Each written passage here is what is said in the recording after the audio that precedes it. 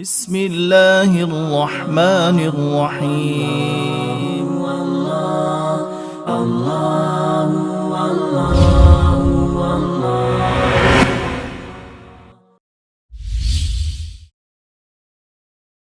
আল্লাহ তাআলা নিজের ক্ষমতায় বিশ্ব জাহানকে সৃষ্টি করেছেন। তিনি একক, তার কোনো অংশীদার নেই।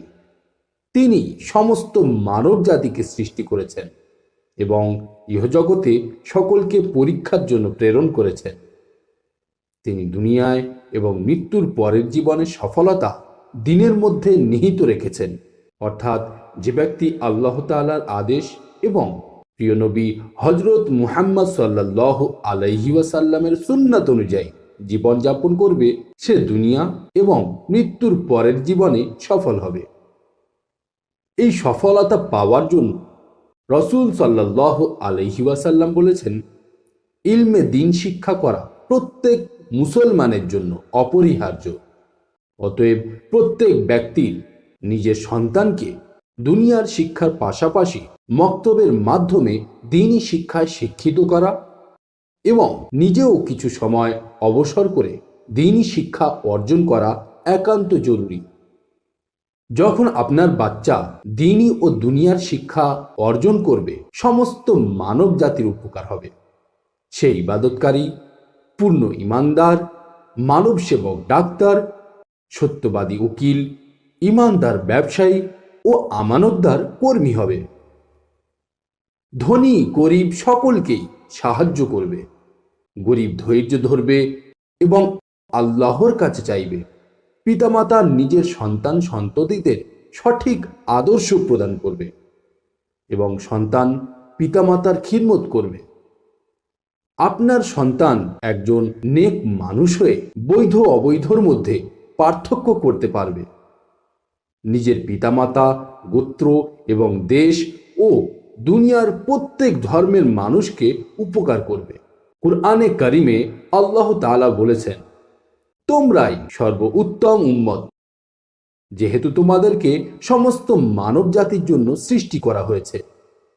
তোমরা ভালো কথার আদেশ দেবে এবং অসৎ কাজ থেকে বাধা দেবে এবং এক আল্লাহর প্রতি ঈমান রাখবে। এই বিষয়কে কেন্দ্র করে দিনিয়াত সংস্থা, যেটি একটি সমাজসেবী সংগঠন, 2003 সাল থেকে সুশৃঙ্খল মক্তব তৈরি করার এবং বাচ্চা, পুরুষ ও মহিলাদের প্রাথমিক দ্বীনি শিক্ষা এবং চরিত্র গঠন অর্থাৎ মরাল এডুকেশনকে কুরআন ও হাদিসের আলোকে প্রসার করার প্রচেষ্টা চালাচ্ছে, যেখানে প্রত্যেক বাচ্চা স্কুলের সাথে নিকটবর্তী কোনো দিনিয়াত মক্তবে মাত্র 1 ঘন্টা সময় দিয়ে দ্বীনের মৌলিক বিষয়গুলি শিখতে পারবে এবং কিছু অতিরিক্ত সময় দিয়ে হাফিজ ও আলিম হতে পারবে। অধিকাংশ শিক্ষা প্রতিষ্ঠান যেমন মাদ্রাসা, স্কুল এবং কলেজ 4টি মৌলিক বিষয়ের দ্বারা পরিচালিত হয়: সিলেবাস, পাঠদান পদ্ধতি, ব্যবস্থাপনা ও তদারকি। সুতরাং এই 4টি বিষয় দিনিয়াত সুশৃঙ্খল মক্তবের মধ্যে সন্নিবেশিত করা হয়েছে। 1. নিয়ত করা। 2. দিনিয়াত সিলেবাস সম্পর্কে অবগত হওয়া। 3. সম্মিলিত পাঠদান করা। 4. জায়গার ব্যবস্থা করা। 5. ভালো শিক্ষক নিযুক্ত করা। 6. ছাত্রদের ভর্তির নিয়ম তৈরি করা। 7. ফিজের মাধ্যমে মক্তবকে স্বাবলম্বী করা। 8. পরীক্ষা, জলসা এবং জোর করা। 9. মক্তবের পর্যবেক্ষণ করা এবং 10. নতুন মক্তব খোলা। স্টেপ নম্বর 1, নিয়ত করা। সারা বিশ্বে সুশৃঙ্খল মক্তব প্রতিষ্ঠিত করা এবং স্কুলে দিনিয়াত সিলেবাস প্রচলিত করার নিয়ত করা। আল্লাহ তাআলার নিকট সওয়াব ভালো নিয়তের উপর নির্ভরশীল। ভালো এবং নেক নিয়তের কারণে সমস্ত কাজ ইবাদতে পরিণত হয়। ছোট ছোট কাজেও প্রচুর পরিমাণে নেকি পাওয়া যায়, কিন্তু নিয়ত খারাপ হলে পাহাড় সমতুল্য আমলও অকেজো হয়ে যায়। এই কারণে হাদিসের মধ্যে সর্বশেষ নবী হযরত মুহাম্মদ সাল্লাল্লাহু আলাইহি ওয়াসাল্লাম বলেছেন, আমল নিয়তের উপর নির্ভরশীল। এবং প্রত্যেক ব্যক্তি সেই জিনিসই পাবে যেটা সে নিয়ত করেছে। একটি অন্য হাদিসে রাসূল সাল্লাল্লাহু আলাইহি ওয়াসাল্লাম ইরশাদ করেছেন, আল্লাহ তাআলা বলেন, যে ব্যক্তি নেক কাজের নিয়ত করে করল না, আল্লাহ তাআলা তাকে একটা পূর্ণ নেকি লিখে দেন। যদি নেকি করার নিয়ত করে সেই কাজটি করল, তাহলে তার জন্য 10 থেকে 700 নেকি, বরং তার থেকেও অধিক লিখে দেওয়া হয়।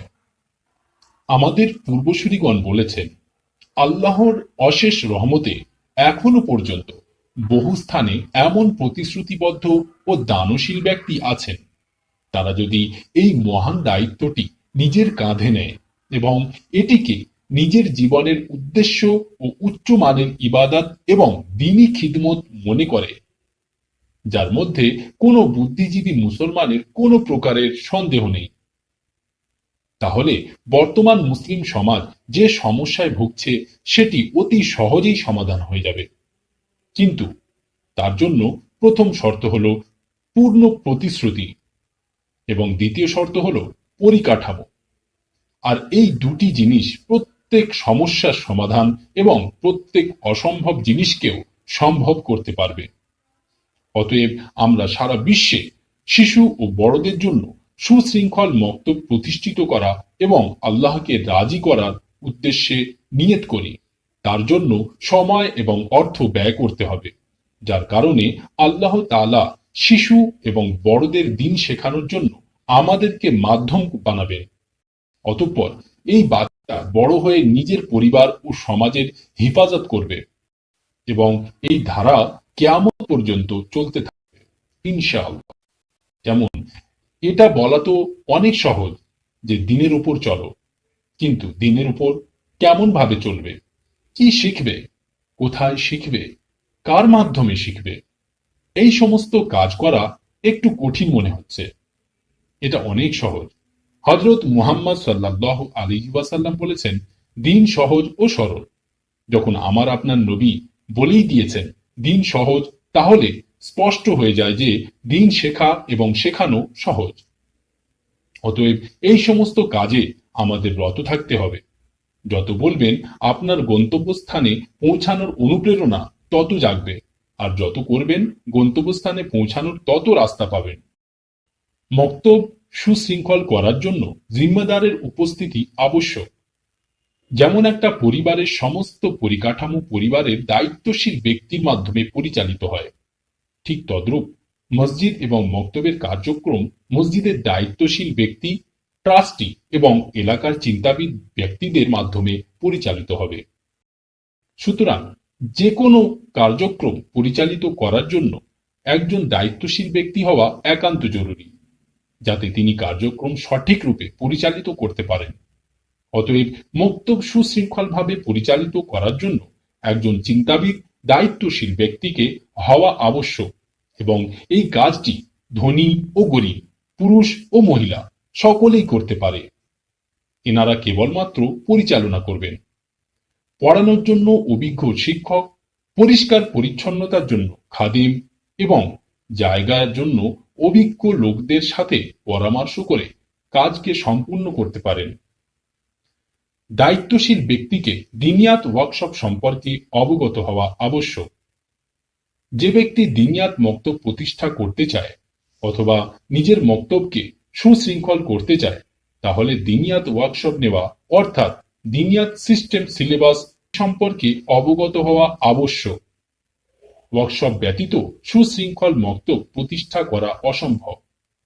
অতএব প্রত্যেক মসজিদের ট্রাস্টি ও চিন্তাবিদ ব্যক্তিকে এই বিষয়ে পূর্ণ সজাগ হওয়া দরকার। ওয়ার্কশপ নিয়ে সপ্তাহে 1 ঘন্টা সময় দেওয়া। এলাকার দায়িত্বশীল ব্যক্তি সপ্তাহে কমপক্ষে 1 ঘন্টা সময় দেবেন। এলাকার দায়িত্বশীল ব্যক্তি যখন শিক্ষকের সাথে মিলে মক্তবের মান উন্নত করার প্রচেষ্টা করেন, তখন মক্তবের শিক্ষাগত মান উন্নত করতে শিক্ষকের সহযোগিতা হয় এবং তিনি উৎসাহিত হয়ে ওঠেন।